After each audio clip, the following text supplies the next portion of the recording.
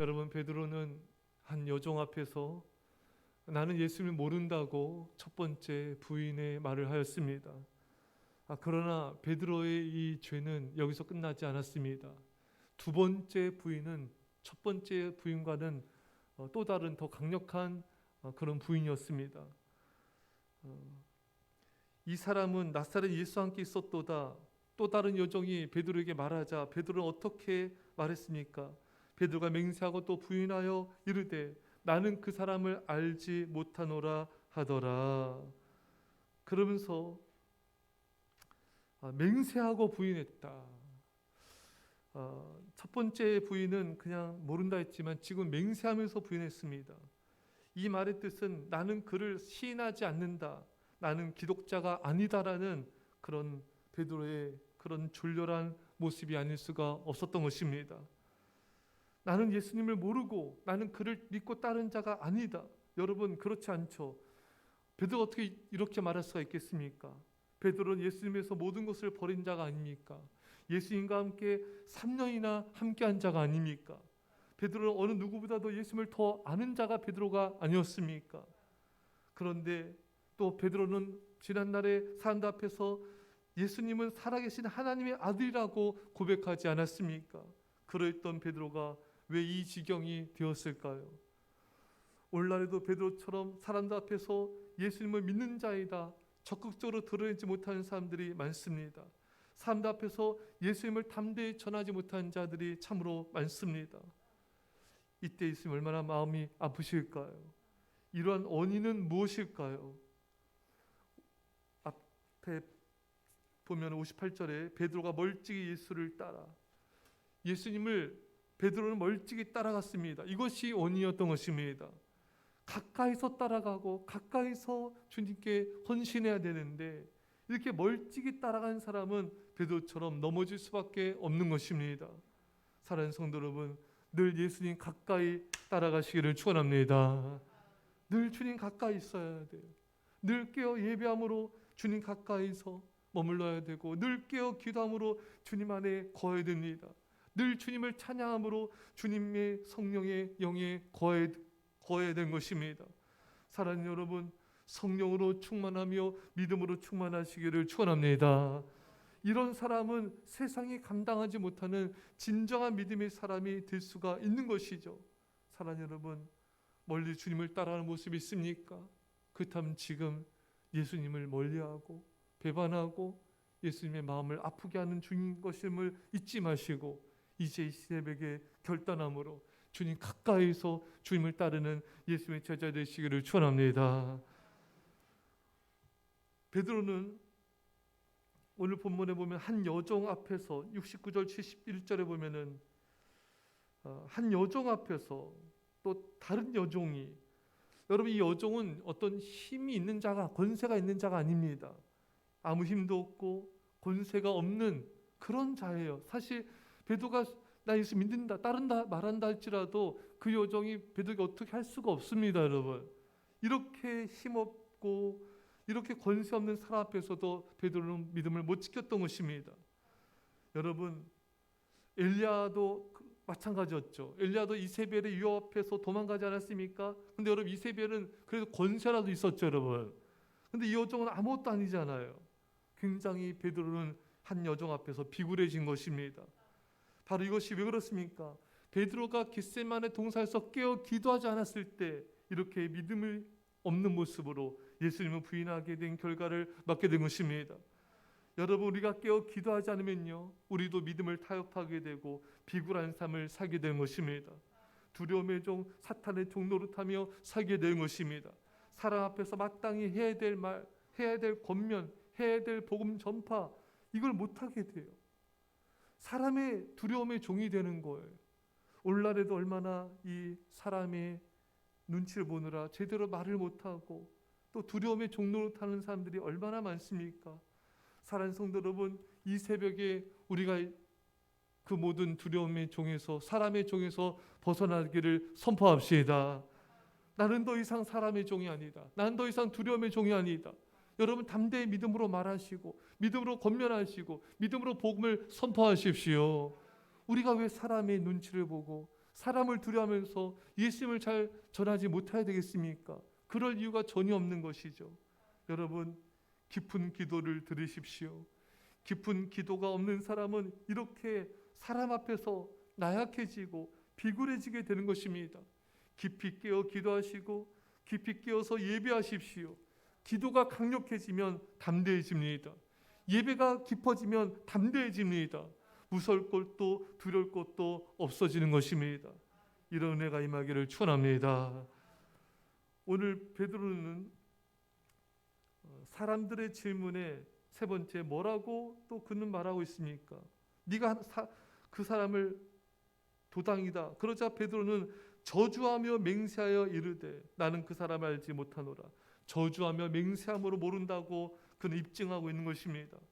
너무나 참으로 졸렬하고 비굴한 모습입니다. 베드로는 죄의 강도가 점점 강해졌습니다. 첫 번째 대답에서는 부인하면서 나는 네가 무슨 말하는지 모르겠다. 두 번째 대답은 맹세하고 또 부인하여. 세 번째 대답은 저주하며 맹세하여. 여러분, 베드로가 점점 이 부인의 강도가 세졌습니다. 여러분, 사람이 죄를 지면요 더 큰 죄로 이어집니다. 그 죄는 더 큰 죄로 이어지는 것입니다. 다윗이 왕이 된 후에 부하들이 전쟁터에 나왔을 때 그는 게을러졌어요. 그래서 낮에 낮잠을 잤습니다. 저녁까지 잔 것 같아요. 그래서 이제 일어나서 또 그가 어슬렁거리지 않습니까? 기도했어야죠. 이 게으름의 죄가 또 기도하지 않는 죄를 낳았습니다. 그러다 이제 그 밧세바 목욕한 여인을 보고 탐하는 죄를 범하였습니다. 또 부하를 시켜서 그 여인이 어떤 여인이냐, 잘못된 호기심의 죄를 범하였습니다. 그리고 그 여인을 범하는 간음죄를 저질렀고 그 여인의 남편을 전쟁터에서 죽게 만드는 살인죄를 저질렀습니다. 이 다윗의 게으름의 죄에 깨어 기도하지 않는 죄는 거기에 머물러 있지 않았습니다. 점점 커졌습니다. 점점 더욱더 큰 죄로 이어지게 되었던 것입니다. 사랑하는 여러분, 베드로 역시 깨어 기도하지 않자 죄가 점점 깊어지고 커져갔던 것입니다. 야고보 1장 15절에 욕심이 잉태한즉 죄를 낳고 죄가 장성한즉 사망을 낳느니라. 여러분, 죄는 여인이 아이를 잉태하고 또 낳고 장성하는 것처럼 죄는 점점 커지게 되어 있습니다. 죄는 점점 강력하게 되어 있습니다. 죄는 가만히 있지 않아요. 우리가 그 죄를 회개하며 단호하게 끊어버리지 않으면 그 죄가 우리를 삼켜버리는 것입니다. 사랑하는 여러분, 자그마한 죄도 가볍게 여겨서는 안 됩니다. 죄의 유혹에 한번 걸리면 잘 빠져나오지 못하는 경향이 있어요. 처음부터 죄를 멀리해야 돼요. 처음에 죄를 끊어버리고 회개됩니다. 사랑하는 성도 여러분, 우리는 죄를 가볍게 여기지 말고 초기에 바로잡는 은혜가 있기를 축원합니다. 75절입니다. 시작. 이에 베드로가 예수의 말씀에 닭 울기 전에 내가 3번 나를 부인하리라 하심이 생각나서 밖에 나가서 심히 통곡하니라. 아멘. 베드로는 죄를 범하고 나서 예수의 말씀이 생각났어요. 네가 닭 울기 전에 3번 나를 부인할 것이다. 말씀이 생각나서 통곡하며 회개했다. 여러분, 베드로는 말씀을 여는 예수님께 잘 받았습니다. 예수님께 들은 말씀이 많고 배운 말씀이 많습니다. 이 말씀은 사탄을 이기는 공격 무기인 동시에 죄를 짓고 넘어졌을 때 빨리 회개하며 돌이킬 수 있는 강력한 수단이 되는 것입니다. 여러분, 그래서 말씀 훈련을 잘 받은 사람은 회복 능력이 뛰어납니다. 설령 죄를 짓고 넘어졌을지라도 빨리 회개하며 회복할 수가 있는 거예요. 그런데 말씀 훈련을 잘 받지 않고 말씀의 자리에 잘 머물지 않는 사람은 이렇게 죄를 짓고도 그게 죄인지를 잘 몰라요. 죄를 짓고도 그렇게 아파하지 않아요. 죄를 짓고도 빨리 회복하는 회복 능력이 굉장히 떨어집니다. 그래서 계속해서 그 죄의 자리에 머물게 되고 계속 더 큰 죄를 범하고 그래서 죄 가운데 거하게 되는 것입니다. 그것은 더 많은 고통과 더 많은 삶의 불행을 초래하게 되는 것이죠.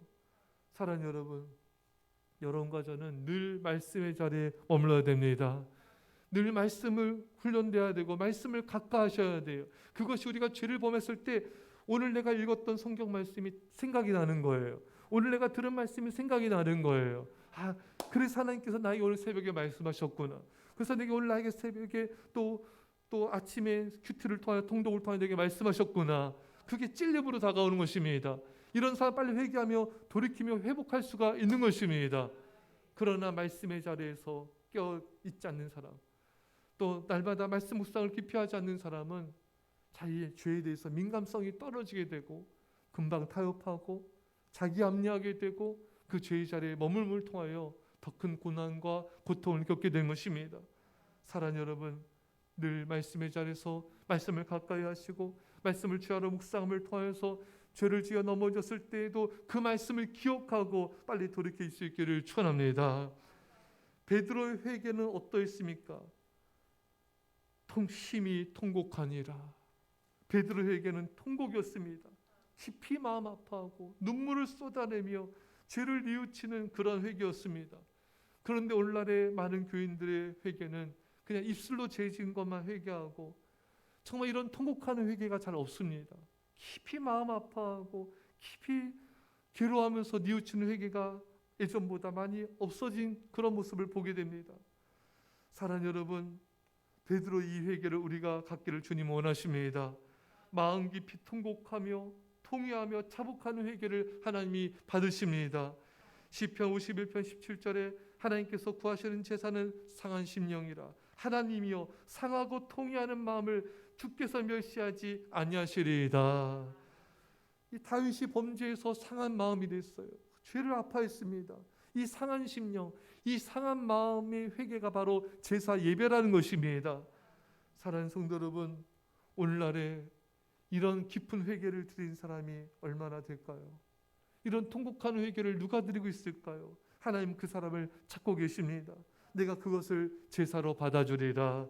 너희 그 상한 심령의 회개와 통곡을 제사로 받아주리라. 우리가 불순종한 것, 우리가 불충성한 것, 우리가 하나님 앞에 교만한 것들, 그것의 죄에 대해서 아파하며 통곡하며 눈물로 회개하는 그 제사를 하나님이 기뻐 받으신 것입니다. 사랑하는 성도 여러분, 이제 입술의 회개는 저버립시다. 말로만 회개는 저버립시다. 그냥 입술 몇 마디 회개로 내가 회개했다고 말하지 맙시다. 정말 마음을 찢으면서 통곡하며 자복하는 그런 회개로 하나님께서 기뻐 받으시는 상한 마음의 제사를 드린 예배자 되시기를 축원합니다. 기도합시다. 사랑의 아버지 하나님, 오늘 베드로의 모습 속에는 우리의 모습이 너무나 많습니다. 주님 용서하여 주옵소서. 사람 앞에서 담대히 전해야 될 복음을 전하지 않고 사람들에게 권면해야 될 말들을 사람이 두려워서 권면하지 못하고 또 사람 앞에서 마땅히 전해야 될 복음과 진리를 담대히 전하지 못했던 이 베드로의 연약한 모습이 우리 안에 있사오니 주여 용서하여 주시고 이제 더 이상 우리가 사람을 두려워하거나 두려움의 종로로 타지 않게 하여 주시고 사람의 종로로 타지 않게 하여 주시고 예수 그리스도의 제자로 담대히 복음을 전파하며 담대히 지혜의 권면을 하게 하여 주옵소서. 하나님 아버지, 죄는 점점 커지는 걸 보게 됩니다. 초기의 죄를 자르고 회개하며 돌이키게 하옵소서.